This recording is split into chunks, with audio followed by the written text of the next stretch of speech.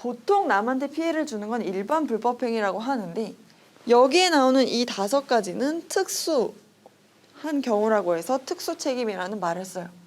이게 문제에서 구별을 할 수 있는 거를 물어보기 때문에 어떤 게 특수한 경우에 해당하는지를 알아놔야 돼요. 제일 처음에 나오는 건 책임 무능력자가 나오네요. 5살짜리, 8살짜리. 무능력자의 불법행위로 인해 누가 피해를 봤다면 감독자가 책임을 진다. 보통 부모님이 되겠죠. 근데 이 감독자도 게을리하지 않았음을 증명하면 면책될 수 있다. 이것도 문제 잘 나오기 때문에 알아두시면 좋아요. 부모님이 정말 주의 깊게 잘 봤는데도 어쩔 수 없이 사고가 났다면 부모님이 책임을 안 져요. 근데 부모님이 뭔가 한눈을 팔았어요. 딴 데 보고 있었어요. 누구랑 얘기를 하고 있었어요. 그러면 그때 아이가 뭔가 잘못했으면 누가 책임을 진다는 얘기예요? 부모님이 책임을 진다는 얘기예요. 그럼 이거 구별돼야 될 게 그럼 17살짜리가 뭔가 잘못하면 어떻게 되냐? 그러면 무능력자의 책임을 부모님이 안 지겠죠. 그때는 부모님이 일반 불법행위 책임을 져요. 또 17살짜리도 자기 스스로 일반 불법행위 책임을 지겠죠. 이게 무능력자의 경우와 차이가 발생한다. 이거를 알아두시면 좋아요. 두 번째, 사용자의 배상 책임. 이것도 문제 정말 잘 나와요. 타인을 사용했다. 직원으로 고용을 했다는 뜻이죠. 그러면 그 피용자, 직원이 뭔가 일을 하다가 남에게 피해를 준 경우에는 누가 물어줘야 된다는 거예요? 직원도 물어줘야 되지만 직원의 경우는 일반 불법행위 책임을 지지만 사용자, 그 사장이 물어줘야 된다는 뜻이에요. 하지만 이때도 면책 조건이 있죠.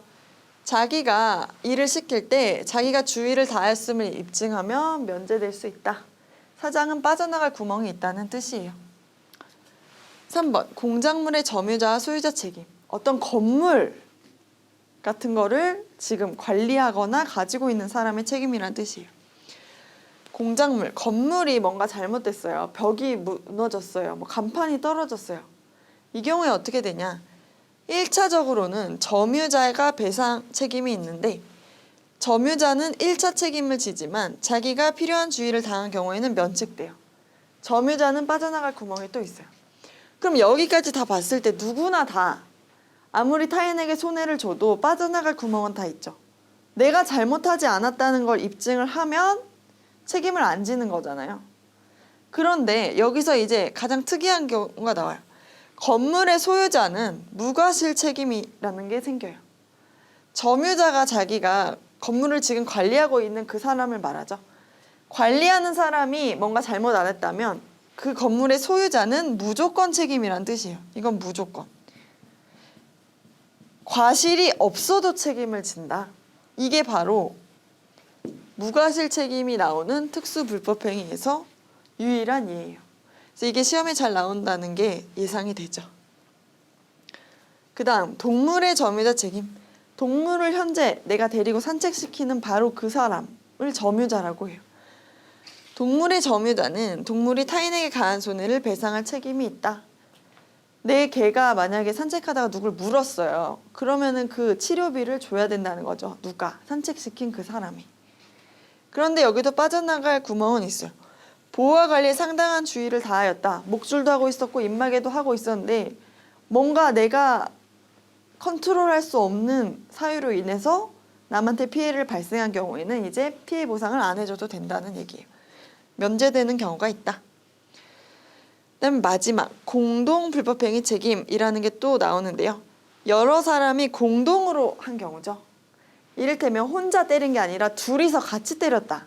이런 걸 바로 공동 불법행위 책임이라고 해요. 이때는 연대하여 손해를 배상한다라는 말이 나오는데요. 이 연대라는 개념이 법에서는 중요해요. 연대 책임이라는 거는 각자 자기가 전부 책임을 지는데 그걸 여러 명이 전부 다 책임을 진다는 거예요. 이걸 뭐라고 설명할 수 있냐면 이를테면 A, B가 C를 때렸어요. 그래서 C한테 치료비가 1,000만 원이 나왔어요. 그럼 어떻게 물어줘야 되냐? 500씩 물어주면 되냐? C는 A한테 1,000만 원 너가 다 물어내 해도 되고 B한테 너가 다 1,000만 원 물어내 해도 돼요. 물론 둘 다한테 1,000만 원을 받아서 2천만 원을 받는다는 얘기는 아니에요. 그런데 이 둘이 각자 500만 원까지 물어줘도 된다? 이게 아니라는 거예요. 누구든 1,000만 원 있는 사람이 있으면 걔가 다 물어주는 한이 있더라도 혼자서 전체 책임을 다 진다는 얘기예요. 언제? 공동 불법 행위를 한 경우에. 그러니까 남을 때리면 안 되겠죠. 이런 게 있어요. 이것도 문제 많이 나오니까 문제를 이제 풀어보면서 익히도록 하겠습니다.